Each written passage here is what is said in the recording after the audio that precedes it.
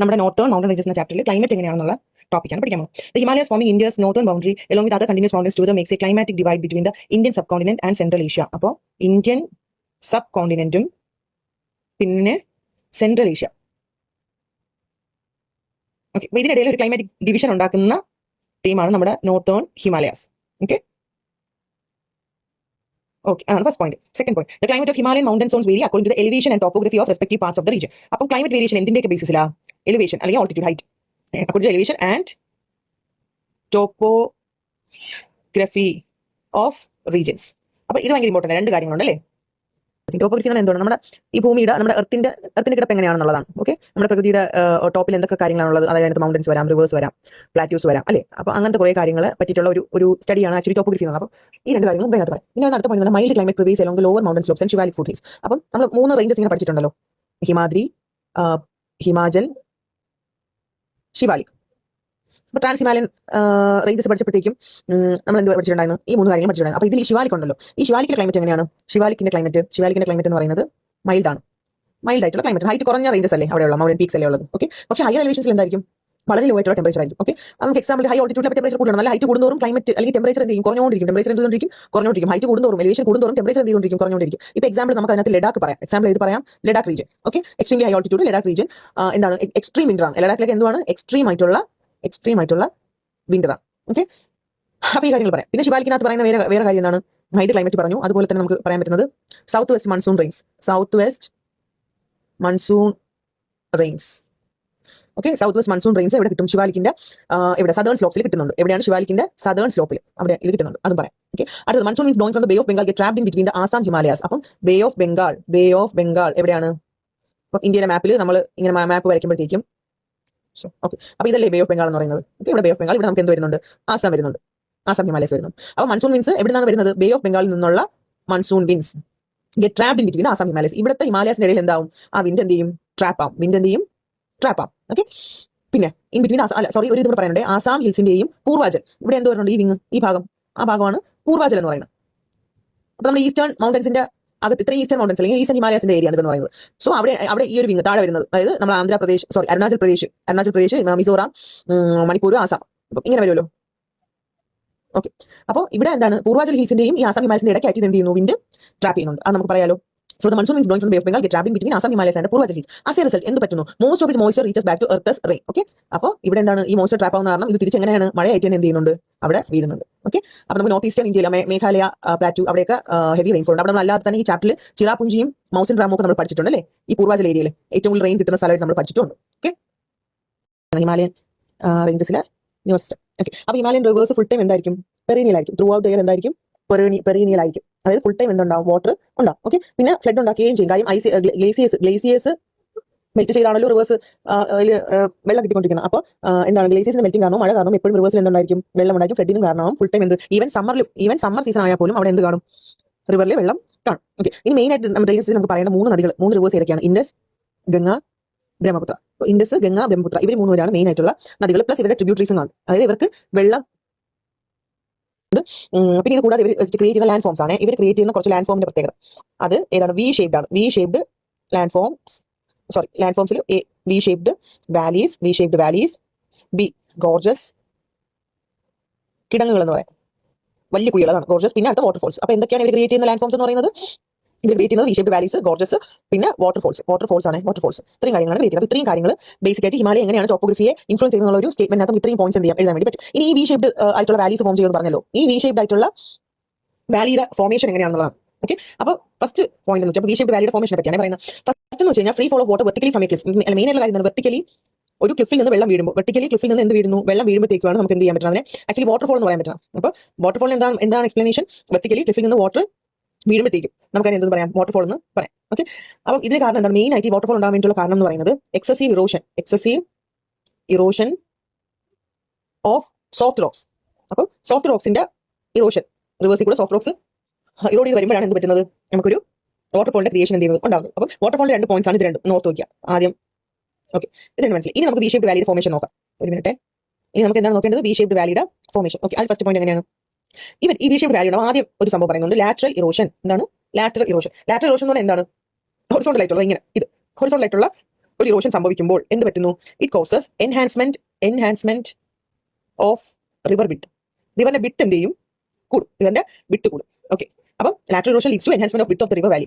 Okay, അത് മനസ്സിലായി. അടുത്തത് വെർട്ടിക്കൽ. അടുത്ത ഇറോഷൻ എന്താണ്? Vertical erosion. വെർട്ടിക്കൽ ഇറോഷൻ ആണ് എന്താ പറ്റുന്നത്? വെർട്ടിക്കൽ ഇങ്ങനെ ഇങ്ങനെ ഈ ഇറോഷൻ ആകുമ്പോൾ എന്ത് കൂടും? ഡെപ്ത് ആണ് എന്ത് ചെയ്യുന്നത്? ഡെപ്ത് ഓഫ് ദ വാലിയാണ് എന്ത് ചെയ്യുന്നത്? കൂടുന്നത്. അപ്പോൾ lateral erosion and vertical erosion. Lateral erosion എങ്ങനെയാണ് ഹൊറിസോണ്ടലി സംഭവിക്കുന്നത്? അത് വിട്ട് കൂട്ടും. വെർട്ടിക്കൽ ഇറോഷൻ ഇങ്ങനെ. ഓക്കെ, അപ്പോൾ അതെന്ത് കൂട്ടുന്നു? ഡെപ്ത് കൂട്ടുന്നു. ഇതാണ് ഹോൾ പ്രോസസ് എന്ന് പറയുന്നത്. അങ്ങനെയാണ് എന്ത് ചെയ്യുന്നത്? ഈ വി ഷേപ്പ് ആയിട്ടുള്ള വാലീസ് എന്ത് ചെയ്യുന്നത്? ഡെവലപ്പ് ചെയ്ത് വരുന്നത്. ഓക്കെ, അപ്പോൾ ഇനി എക്സ്പ്ലെയിൻ ചെയ്യാൻ പോകുന്നത് ഡ്രെയിനേജ് സിസ്റ്റത്തിന്റെ ഒറിജിൻ ആണ്. ഈ ഹെഡിങ് ഡ്രെയിനേജ് സിസ്റ്റത്തിന്റെ ഒറിജിൻ എവിടുന്നാണ്? ഡ്രെയിനേജ് നമ്മൾ പറഞ്ഞല്ലോ 3 റിവേഴ്സ് ആണ് മെയിൻ. ആരൊക്കെയാണ്? ഇൻഡസ് ഉണ്ട്, ഗംഗയുണ്ട്, ബ്രഹ്മപുത്രയുണ്ട്. അപ്പോൾ ഇതിന്റെ ഒറിജിൻ എവിടുന്നാണെന്ന് പഠിച്ചു വെക്കണം കാണാതെ. അപ്പോൾ നമുക്ക് നോക്കാം ഓരോന്നായിട്ട്. ഓക്കെ, അത് ഇൻഡസ് എഴുതി. ഓക്കെ, ഇൻഡസ് എവിടെയാണ്? ബൊക്കാർച്ചു ഗ്ലേസിയർ ആണ്. ഗ്ലേസിന്റെ പേര് എന്താണ്? ബൊക്കാർച്ചു ഗ്ലേസിയർ. അത് എവിടെയാണ്? മാനസരോവർ ലേക്കിന്റെ അടുത്താണ്. മാനസരോവർ ലേക്കിന്റെ അടുത്താണ്. ഈ ഇൻഡസ് ആണ് നോർത്ത് വെസ്റ്റേൺ ഹിമാലയസിന് അത്രയും എന്ത് പ്രൊവൈഡ് ചെയ്യുന്നത്? വാട്ടർ പ്രൊവൈഡ് ചെയ്യുന്നത്. അപ്പോൾ ഇന്ത്യയുടെ മാപ്പ് ഇങ്ങനെയാണെന്ന് വെച്ചോ. അപ്പോൾ ഇതാ. ഓക്കെ, അപ്പോൾ ഇവിടെയാണ് ഏത് വരുന്നത്? നമ്മുടെ ഇൻഡസ് വരുന്നത്. പിന്നെ ഈ ഈസ്റ്റിലാണ് ആര് വരുന്നത്? ബ്രഹ്മപുത്ര വരുന്നത്. അപ്പോൾ ഇവിടെ ഇൻഡസ് ആണ്. അപ്പോൾ ഇൻഡസ് എവിടെയായിരിക്കും വെള്ളം പ്രൊവൈഡ് ചെയ്യുന്നത്? ഈ ഏരിയ നോർത്ത് വെസ്റ്റേൺ റീജൻസിലാണ് പ്രൊവൈഡ് ചെയ്യുന്നത്. നോർത്ത് വെസ്റ്റേൺ ഹിമാലയസിൽ വെള്ളം പ്രൊവൈഡ് ചെയ്യും. അടുത്ത ഗംഗയാണ്. ഓക്കെ, ഗംഗ. ഓക്കെ, അപ്പോൾ ഗംഗയുടെ പൊസിഷൻ നോക്കാം. ഇപ്പോൾ നമ്മൾ ഈ മാപ്പിൽ നോക്കുകയാണെങ്കിൽ ഈ പൊസിഷനിൽ ഗംഗ പറയാം. ഇവിടേക്ക് ഉത്തർപ്രദേശ് റീജിയനിലേക്ക് ഇവിടെ ശിവാലിക്സ് ഒക്കെ വരുന്ന റീജൻ അവിടെയൊക്കെ ഗംഗ ടച്ച് ചെയ്യുവാണ്. അപ്പോൾ ഈ പൊസിഷൻ നമുക്ക് ഗംഗ പോകുന്നത് പറയാം. അപ്പോൾ ഗംഗ എവിടെയാണ്? ഗംഗോത്രി ഗ്ലേസിയർ, ഗോമുഖ്. അതിൽ പോകും G Gangotri glacier, Gaumukh place. അപ്പോൾ ആർക്കാണ് ഇത് സപ്ലൈ ചെയ്യുന്നത്? ഉത്തരാഖണ്ഡ് ഹിമാലയസിനാണ് വെള്ളം ചെയ്യുന്നത്, സപ്ലൈ ചെയ്യുന്നത്. ഇവിടെയാണ് ഉത്തരാഖണ്ഡ്. അപ്പോൾ അവിടെയാണ് എന്ത് ചെയ്യുന്നത്? വെള്ളം പ്രൊവൈഡ് ചെയ്യുന്നത്. ഈ ഗംഗയുടെ ട്രിബ്യൂട്ടറീസ് ആരൊക്കെയാണ്? യമുന, ഘാഗ്ര, ഗംഡ, കോശി. അപ്പോൾ ഇത്രയും പഠിച്ചു വയ്ക്കാം. ഇനി അടുത്ത മൂന്നാമത്തെ ബ്രഹ്മപുത്ര. അപ്പോൾ ബ്രഹ്മപുത്ര ഏത് ഗ്ലേസിയറാണ്? ചെമായുണ്ടും ഗ്ലേസിയർ. മാനസരോവർ ലേക്ക് തന്നെയാണ്. ഇനി ഇത് വെള്ളം പ്രൊവൈഡ് ചെയ്യുന്ന ആർക്കാണ്? ഈ പോർഷൻ, അതായത് ഈസ്റ്റേൺ ഹിമാലയസിനാണ് വെള്ളം പ്രൊവൈഡ് ചെയ്യുന്നത്. അപ്പോൾ ഇതിന്റെ ട്രിബ്യൂട്ടറീസ് ആരൊക്കെയാണ്? ദിബാംഗ്, ലോഹിത്, മാനസ്. ഇനി അടുത്ത ഹെഡിങ് സോയിലാണ്. അപ്പോൾ നമ്മുടെ മൂന്നാമത്തെ ഹെഡിങ് ആണ് സോയിൽ. ഓക്കെ, സോയിൽ ഇപ്പോൾ മെയിനായിട്ട് എന്താണ്? Alluvial soil.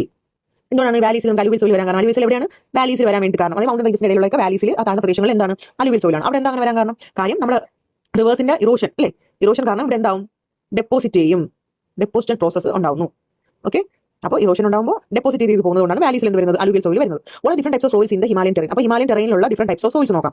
ഹിമാലയൻ ടെറൈനിലുള്ള ഡിഫറെന്റ് ടൈപ്പ് ഓഫ് സോയിൽസ് ആണ് അടുത്തതായിട്ട് പഠിക്കാനുള്ളത്. പിന്നെ അതിന്റെ പെക്യുലാരിറ്റി. ഒന്നാമത്തത് മൗണ്ടെയിൻ സോയിൽ. പിന്നെ ഉള്ളത് ഫോറസ്റ്റ് സോയിൽ. അപ്പോൾ മൗണ്ടെയിൻ സോയിലും പിന്നെ എന്താണ്? ഫോറസ്റ്റ് സോയിലും. അപ്പോൾ ഇത് രണ്ടും ഹിമാലയൻ ടെറൈനിൽ കാണാൻ പറ്റും. ഓക്കെ, അപ്പോൾ എങ്ങനെയാണ് അതിന്റെ പാർട്ടിക്കിൾ സൈസ് ആൻഡ് ടെക്സ്ചർ? ആ സോയിലിന്റെ ടെക്സ്ചർ മൗണ്ടൻ എൻവയോൺമെന്റ് അനുസരിച്ചാണ് എന്ത് ചെയ്യുന്നത്? വേരി ചെയ്യുന്നത്. മൗണ്ടൻ എൻവയോൺമെന്റ് അനുസരിച്ച് അത് എന്ത് ചെയ്യും? വേരി ചെയ്യും. Okay, varies. ഓക്കെ, അപ്പം ഇത്രയും പറഞ്ഞു. അപ്പോൾ ഇതിൽ നമുക്ക് പാർട്ടിക്കിൾ സൈസിന്റെ ബേസും പറഞ്ഞു, ടെക്സ്റ്റിന്റെ ബേസിലും പറഞ്ഞു. അപ്പോൾ ഇതിൽ ഫൈൻ ഗ്രെയിൻഡ് സോയിൽ എന്താണ്? ഫൈൻ ഗ്രെയിൻസ് ഉള്ള സോയിൽ. അപ്പോൾ അതിന് ഹ്യൂമസ് കണ്ടന്റ് ഹൈ ആണ്. ഹ്യൂമസ് കണ്ടന്റ് എന്താണ്? ഹൈ ആണ്. അത് എവിടെയാണ് കാണപ്പെടുന്നത്? Seen in the valleys. Okay, അപ്പോൾ ഫൈൻ ഗ്രെയിൻഡ് ആണ്. അപ്പോൾ അടുത്ത എന്താണ് നമുക്ക് പഠിക്കാനുള്ളത്? Coarse grained. കുറച്ചും കൂടെ വലിയ ഗ്രെയിൻസ് ആണ് കോഴ്സ് ഗ്രെയിൻഡ് സോയിൽ. അതിലെന്താണ്? ഹ്യൂമസ് കണ്ടന്റ് കുറവാണ്. അപ്പോൾ ഇത് എവിടെയാണ് കാണപ്പെടുന്നത്? ഹൈ സ്ലോപ്സിലാണ്. ഓക്കെ, അടുത്ത ഇതിന് എക്സ്ട്രാ ഒരു പോയിന്റ് പഠിക്കാനുള്ളത് ഖരേവാസ്. ഇതെന്താണ് എന്ന് പറയുന്നത്? ഗ്ലേഷ്യൽ സെഡിമെന്റ് ആണ്. എവിടെയാണ് ഡെപ്പോസിറ്റ് ചെയ്യുന്നത്? കാശ്മീർ വാലിയിലാണ് ഡെപ്പോസിറ്റ് ആവുന്നത്. എവിടെയാണ്? കാശ്മീർ വാലി. പിന്നെ ഹ്യൂമസ് റിച്ച് ആയിട്ടുള്ള സോയിലിന്റെ ഗുണം എന്താണെന്ന് വെച്ചാൽ സാഫ്രോൺ കൾട്ടിവേഷൻ ഭയങ്കര യൂസ് ആണ്. ഏതിനാണ്? സാഫ്രോൺ കൾട്ടിവേഷന് നല്ല ഹ്യൂമസ് റിച്ച് ആയിട്ടുള്ള സോയിൽ യൂസ്ഫുൾ ആണ്. അപ്പോൾ ഇത്രയും കാര്യങ്ങളാണ് സോയിലിനകത്തുള്ളത്. അപ്പോൾ ഇനി നമ്മൾ നോക്കാൻ പോകുന്നത് വെജിറ്റേഷൻ ആണ്. ഓക്കെ, എന്തൊക്കെ മരങ്ങൾ, ചെടികൾ എന്നൊക്കെയുള്ള കാറ്റഗറി എവിടെയൊക്കെ വരുന്നു, ഏതൊക്കെ ടൈപ്പ് എവിടെയൊക്കെയാണ് കാണപ്പെടുന്നത്? സോ അതാണ് നാച്ചുറൽ വെജിറ്റേഷൻ അത് വരുന്നത്. അപ്പോൾ ഈ വെജിറ്റേഷൻ കംപ്ലീറ്റ്ലി എന്തൊക്കെ മരം, അല്ലെങ്കിൽ ബുഷാണോ, മരമാണോ, കോണുള്ള ചെടികളാണോ, അതോ ഷ്രബ്സ് ആണോ, എന്താണ് വളരുന്നത് എന്നുള്ളത് എന്തിനെ ബേസ് ചെയ്തിരിക്കും? ടെമ്പറേച്ചർ ബേസ് ചെയ്തിരിക്കുന്നത്. ടെമ്പറേച്ചർ നമുക്കറിയാം, എലിവേഷൻ കൂടുന്തോറും ടെമ്പറേച്ചർ എന്താണ് ചെയ്യുന്നത്? കുറയാണ് ചെയ്യുന്നത്. ഹൈറ്റ് കൂടുന്ന ഏരിയയിലോട്ട് ടെമ്പറേച്ചർ വളരെ കുറവായിരിക്കും. സോ അതിനനുസരിച്ച് ഓരോ ഏരിയയിലും ഓരോ രീതിയിലായിരിക്കും ഇതിന്റെ വളർച്ച എന്ന് പറയുന്നത്. അപ്പോൾ ആവറേജ് നമുക്കൊരു 200 സെന്റിമീറ്റർ വരെ നമുക്ക് ആനുവൽ റെയിൻഫോൾ ആണ്. ആനുവൽ റെയിൻഫോൾ നമുക്ക് 200 സെന്റിമീറ്റർ വരെ എന്താണ് കിട്ടുന്നുണ്ട്. സോ ഇവിടെ മോസ്റ്റ് ഓഫ് ദ എന്താണ് ഈസ്റ്റേൺ ഹിമാലയാസിലും നോർത്ത് ഈസ്റ്റേൺ ഹിൽസിലും അവിടുത്തെ വെജിറ്റേഷൻ എങ്ങനെയായിരിക്കും? ട്രോപ്പിക്കൽ എവർഗ്രീൻ വെജിറ്റേഷൻ ആയിരിക്കും. എവർഗ്രീൻ എന്ന് പറഞ്ഞാൽ എന്താണ്? ഒരു ഇയർ റൗണ്ട് ഫുൾ അവർ എന്താണ് ഗ്രീൻ ആയിട്ട് തന്നെ നിൽക്കും. ഇല കൊഴിയോ കരിയോ അങ്ങനത്തെ ഒരു പരിപാടിയില്ല. സോ ട്രോപ്പിക്കൽ എവർഗ്രീൻ വെജിറ്റേഷൻ എവിടെയൊക്കെയാണ് വരുന്നത്? ട്രോപ്പിക്കൽ എവർഗ്രീൻ വെജിറ്റേഷൻ വരുന്നത് ഈസ്റ്റേൺ ഹിമാലയാസിലും നോർത്ത് ഈസ്റ്റേൺ ഹിൽസിലും.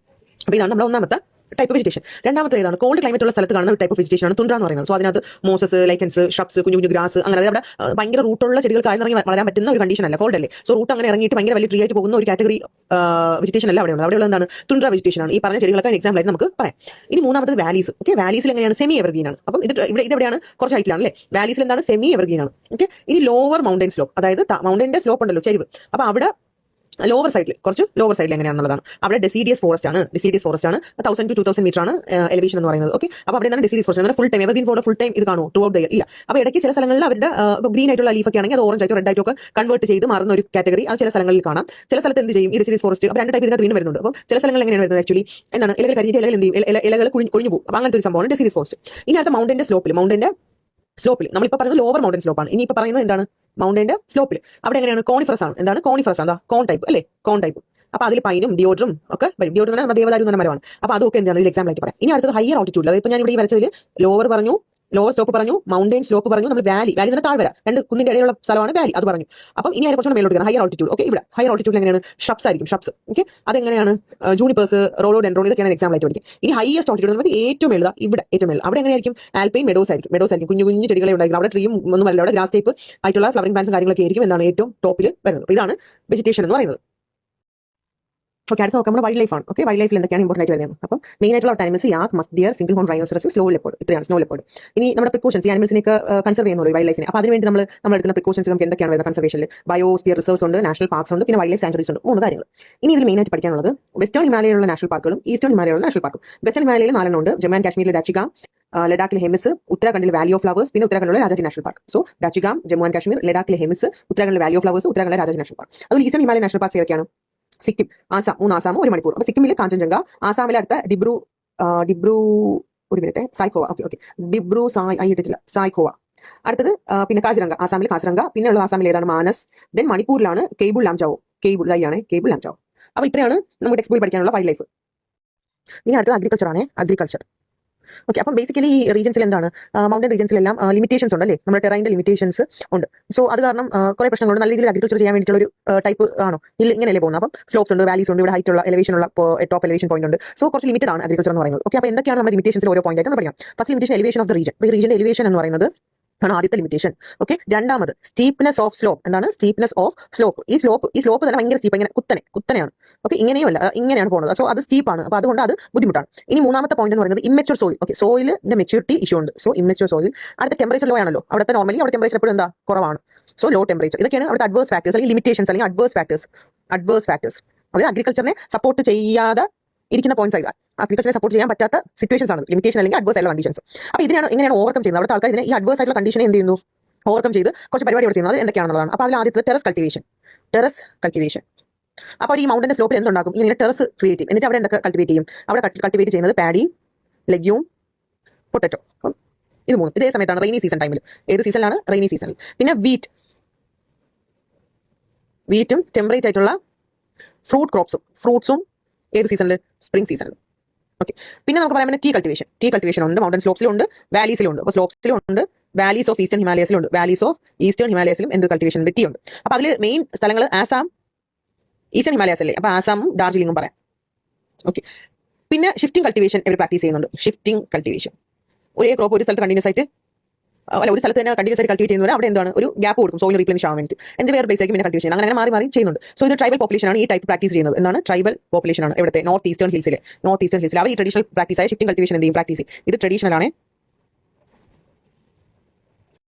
അപ്പോൾ ഇനി നോക്കാൻ പോകുന്നത് അനിമൽ റിയറിംഗ് ആണ്. അപ്പോൾ അവിടെയുള്ള അനിമലിനെ എന്തൊക്കെ അനിമലിനെയാണ് വളർത്തുന്നത്? അപ്പോൾ ഫസ്റ്റ് വൺ വാലീസ് എന്തിനാണ് വളർത്തുന്നത്? ഗോട്ടിനെയും കാറ്റിനെയും. ഇനി മൗണ്ടന്റെ സ്ലോപ്പിൽ ഷീപ്പിനെയും ഹോഴ്സിനെയും. അപ്പോൾ കണ്ടോ, ആ മൗണ്ടന്റെ ആ ഒരു ഇതിന് ഷേപ്പിനനുസരിച്ച് അല്ലെങ്കിൽ വെതറിനനുസരിച്ചാണ് ഓരോ കാര്യങ്ങൾ എന്ത് ചെയ്തിരിക്കുന്നത്, ഡിപ്പെൻഡ് ചെയ്തിരിക്കുന്നത്. അപ്പോൾ വാലീസിൽ ഗോട്ടും കാറ്റിലും, മൗണ്ടന്റെ സ്ലോപ്പ് റീജിയനിലാണെന്നുണ്ടെങ്കിൽ ഷീപ്പും ഹോഴ്സും. ഇനി എക്സ്ട്രീംലി കോൾഡ് റീജിയൻ, ടോപ്പിലോട്ട് പോകുമ്പോഴാണ് വെതർ കൂളാണെന്ന് നമ്മൾ പറഞ്ഞു. അപ്പോൾ എക്സ്ട്രീം കോൾഡ് റീജിയൻസിൽ, അതായത് ഹിമാചൽ ലഡാക്ക് എക്സാമ്പിൾ പറയാം, അവിടെ യാക്കാണ്. അവിടെ ആരാണ്? യാക്കാണ്. ഇനി ഗുജാസ് എന്നുള്ള ട്രൈബൽ ഗ്രൂപ്പ് ഉണ്ട്. ഓക്കെ, ഷെപ്പേർഡ് ട്രൈബ്സ് എന്നാണ് ഇവർ പറയുന്നത്. ഇവരെന്താണ് പറയുന്നത്? Shepherd tribes. അപ്പോൾ ഗുജാർസ്. ഓക്കെ, അപ്പോൾ ഇവരെവിടെയാണ് ഇവിടെ താമസമൊക്കെ? ഈ അനിമൽ റിയറിംഗ് ആണ് ഇവരുടെ മെയിൻ വരുമാന മാർഗ്ഗം എന്ന് പറയുന്നത്. സോ ഇവർ താമസിക്കുന്നതൊക്കെ മൗണ്ടൻ മെഡോസിലാണ്. വെസ്റ്റേൺ ഹിമാലയാസിന്റെ മൗണ്ടൻ മെഡോസിലൊക്കെയാണ് ഇവരുടെ ലീവിംഗ് ഒക്കെ നടക്കുന്നത്. അപ്പം ഈ നമ്മൾ പഠിക്കാൻ പോകുന്ന ടൂറിസം നമ്മൾ ലാസ്റ്റ് 8 ടോപ്പിക്കാണ്. ടൂറിസം 3 ഫേസ് ആയിരുന്നു important. First phase, second phase, third phase, 3 phase ആയിരുന്നു ടൂറിസം ഡെവലപ്പ് ചെയ്തിരിക്കുന്നത്. ഫസ്റ്റ് ഫേസിൽ എന്താ പറയുന്നത്? പിൽഗ്രിമേജ് സെന്റേഴ്സ് ആണ് ആദ്യം ഇംപ്രൂവ് ആയത്. എന്താണ് പിൽഗ്രിമേജ് സെന്റേഴ്സ്? തീർത്ഥാടന കേന്ദ്രങ്ങൾ. അപ്പോൾ അതിനകത്ത് നമുക്ക് കൈലാസ്, മാനസരോവർ, അമർനാഥ്, ഹേമകുണ്ട് സാഹിബ്, ഇതൊക്കെ നമുക്ക് പിൽഗ്രിമേജ് സെന്റേഴ്സിൽ പറയാം. അതായത് ഫസ്റ്റ് ഫേസ് ഓഫ് ഡെവലപ്മെന്റ് ടൂറിസത്തിൽ. ഇനി സെക്കൻഡ് ഫേസിലാണ് എന്ത് വരുന്നത്? 19th സെഞ്ചുറി ആയപ്പോഴാണ് ഇത് ബിഗിൻ ചെയ്യുന്നത്. Second phase of tourism development. അപ്പോൾ അതിൽ ബ്രിട്ടീഷ് കുറച്ച് സ്ഥലങ്ങൾ ഐഡന്റിഫൈ ചെയ്തിട്ടുണ്ട്. അപ്പോൾ അതിനെ റിസോർട്ട് ടൗൺസ് ആയിട്ട് അവിടെ എസ്റ്റാബ്ലിഷ് ചെയ്യുകയാണ്. എന്താണ് റിസോർട്ട് ടൗൺസ്? അപ്പോൾ ഇതാണ് കീ ടേം, ഇത് ഓർത്ത് വയ്ക്കണം. ഇത് പിൽഗ്രിമേജ്, ഇവിടെ റിസോർട്ട് ടൗണിന്റെ എക്സാമ്പിൾ ആണ് ഷിംല, ഡാർജിലിംഗ്, ഷില്ലോങ്, അൽമോറ, റാണിഖട്ട്, മുസോറി, നൈനിതാൾ ഒക്കെ അതിനകത്ത് വരാം റിസോർട്ട് ടൗൺസ്. ഓക്കെ, അടുത്ത തേർഡ് ഫേസിന് ഇമ്പോർട്ടന്റ് വാക്കാണ് എഴുതിയിരിക്കുന്നത് അഡ്വഞ്ചർ ടൂറിസം. എന്താണ് അഡ്വഞ്ചർ ടൂറിസം? അപ്പോൾ ഈ 3 ടേംസ് മറക്കാൻ പാടില്ല.